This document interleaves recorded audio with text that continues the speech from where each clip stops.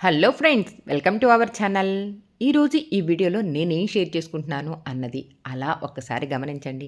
Unwanted hair ఉన్నప్పుడు ఎంత బాధ ఉంటుందో తెలిసిందే కదా! అలానే ఆ హెయిర్ వచ్చినప్పుడు ఎలా రిమూవ్ చేసుకోవాలన్న ఆలోచన, ఆతృత ఇంకా పెరుగుతుంది కదా! ఇప్పుడు గమనించండి, నేను ఎలా చేస్తున్నాను ఏంటి అన్నది. ఎంత ఎక్కువ హెయిర్ ఉంటే ఎలా వచ్చింది? రూట్‌తో సహా ఎలా వచ్చినియి? ఎన్ని రోజుల తర్వాత మనకి ఈ గ్రోత్ మళ్ళీ గ్రోత్ వస్తుంది అన్నది ఈరోజు ఈ వీడియోలో మీతో షేర్ చేసుకుంటానండి. ఒకే రోజు ఇద్దరికి చేశానండి.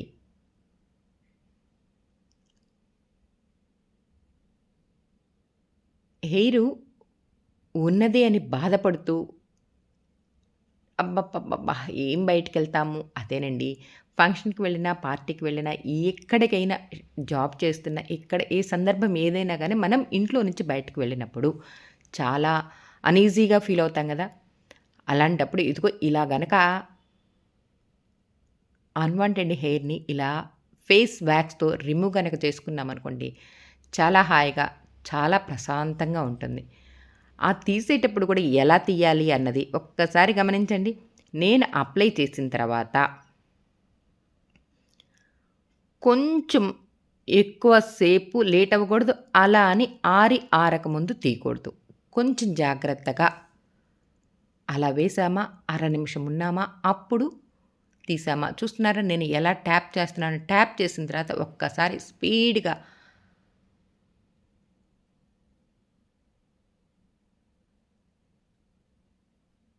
డ్రై అయిందా లేదా అని చూసుకున్నామా, ఆ తర్వాత అంతే స్పీడ్‌గా ఎలా తీసానో చూసారా?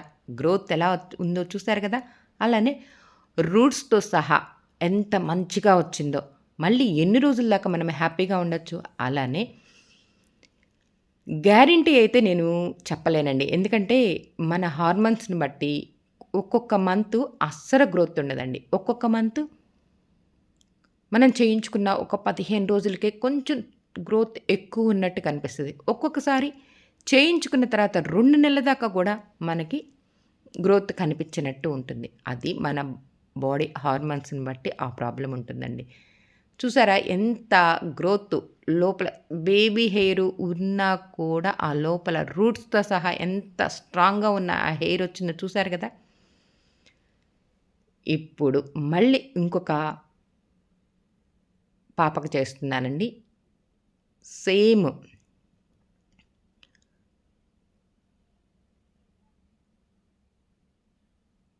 అదేనండి. సేమ్ ప్రాబ్లమే అన్‌వాంటెడ్ హెయిర్. ఇందాక మిడిల్ ఏజ్ అండి. ఇప్పుడు చేసే ఈ పాప కొంచెం చిన్నమ్మాయి. ఈ పాపకు కూడా అన్‌వాంటెడ్ హెయిర్ రావటము, ఆ వచ్చిన హెయిర్ ఎలా తీస్తున్నాను అన్నది గమనించండి. ఇన్ ఇందాకొచ్చేసి హీటరుతో వాక్స్ హీట్ చేసి ఫేస్ వాక్స్ చేశాను. ఇప్పుడొచ్చేసి పొయ్యి మీద వేడి చేసి నాకు 2 పార్లర్‌లున్నాయని మీకు చెప్పాను గదండీ! ఒకసారి ఒక పార్లర్‌లో చేశా. ఇప్పుడొచ్చేసి ఇంట్లోనే పార్లర్ ఉంది. ఈ పార్లర్‌లోనే ఇప్పుడు పొయ్యి మీద ఈ గిన్నెతో అలా వేడి చేసి, ఈ వ్యాక్స్‌ని ఏమంటారో తెలుసు కదా! కటోరి వ్యాక్స్ లేదా బీడ్స్ అదేనండి బీడ్స్ వ్యాక్స్ అంటారు. మనం పేరేదైనా చెప్పుకోవచ్చండి. కానీ వచ్చే హెయిర్ ఎంత మంచిగా నీట్‌గా హెయిర్ రిమూవ్ అవుతుంది అన్నది ఇంపార్టెంట్. అవునా కాదా? పేరేముంది? కటోరీ వ్యాక్స్ అనొచ్చు, ఈ బీడ్స్ వ్యాక్స్ అనొచ్చు. మనిష్టం.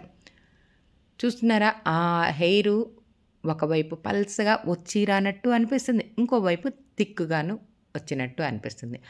అప్లై చేసిన తర్వాత ఇందాక చెప్పినట్టేనండి. కొంచెం ఆరాలండి. ఆరిందాక వెయిట్ చేయాలి. అంత ఓపిక మనకుండదు. కానీ ఓపికగా ఉండి తీస్తేనే రూట్‌తో సహా ఆ హెయిర్ మంచిగా వచ్చేస్తది. మళ్ళీ నెల రోజుల దాకా ప్రాబ్లమ్ ఉండదు. ఈ ఐబ్రోస్ గానీ, అప్పర్ లిప్ గానీ ఎప్పుడు చేయించుకోవాలి? పీరియడ్ మనకి డేట్స్ అంటాను తెలుసు కదండీ! ఆ పీరియడ్ అయిపోయిన తర్వాత ఐదో రోజు, నాలుగో రోజు కానీ, ఐదో రోజు కానీ చేయించుకోవచ్చు. అదే వారం, 10 రోజులు ఆగిన తర్వాత కనుక చేసుకున్నామనుకోండి, మళ్ళీ ఫాస్ట్‌గా ఐబ్రోస్ గ్రోత్ ఎక్కువుంటుంది. ఈ అప్పర్ లిప్ కానీ, అన్‌వాంటెడ్ చిన్ దగ్గర ఉన్న హెయిర్ కానీ చాలా ఫాస్ట్‌గా గ్రోత్ వస్తదండి. అందుకని ఎప్పుడైనా సరే చేయించుకునేటప్పుడు నెల రోజుల దాకా మనకి ఇబ్బంది ఉండకుండా ఉండాలి అంటే ఏం చేయాలి? పీరియడ్స్ అయిపోయిన తర్వాత 4 రోజు కానీ, 5 రోజు కానీ చేయించుకున్నామనుకోండి, మళ్ళీ పీరియడ్ వచ్చిన దాకా కూడా మనకి అసలు మళ్ళీ పార్లర్‌కి రావాల్సిన పనే లేదండి. ఎప్పుడో ఏ సంవత్సరానికో, 2 సంవత్సరాలకో మళ్ళీ హార్మోన్స్ ప్రాబ్లమ్ వల్ల కొంచెం ఫాస్ట్ గ్రోత్ ఉంటుంది.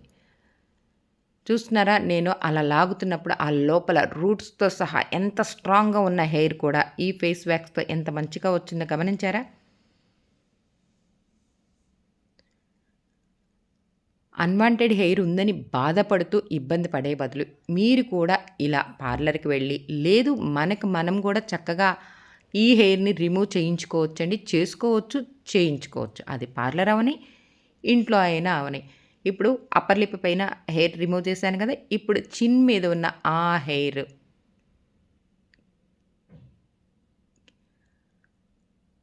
అక్కడక్కడ పొడవుగా ఉన్నాయండి. అంతకుముందు ఇంకా థిక్‌గా ఉన్నాయండి. ఈ ఫేస్ వ్యాక్స్ చేయటం వల్ల చాలా ఆ థిక్‌నెస్ తగ్గి పల్చగా రావటం మొదలుపెట్టింది.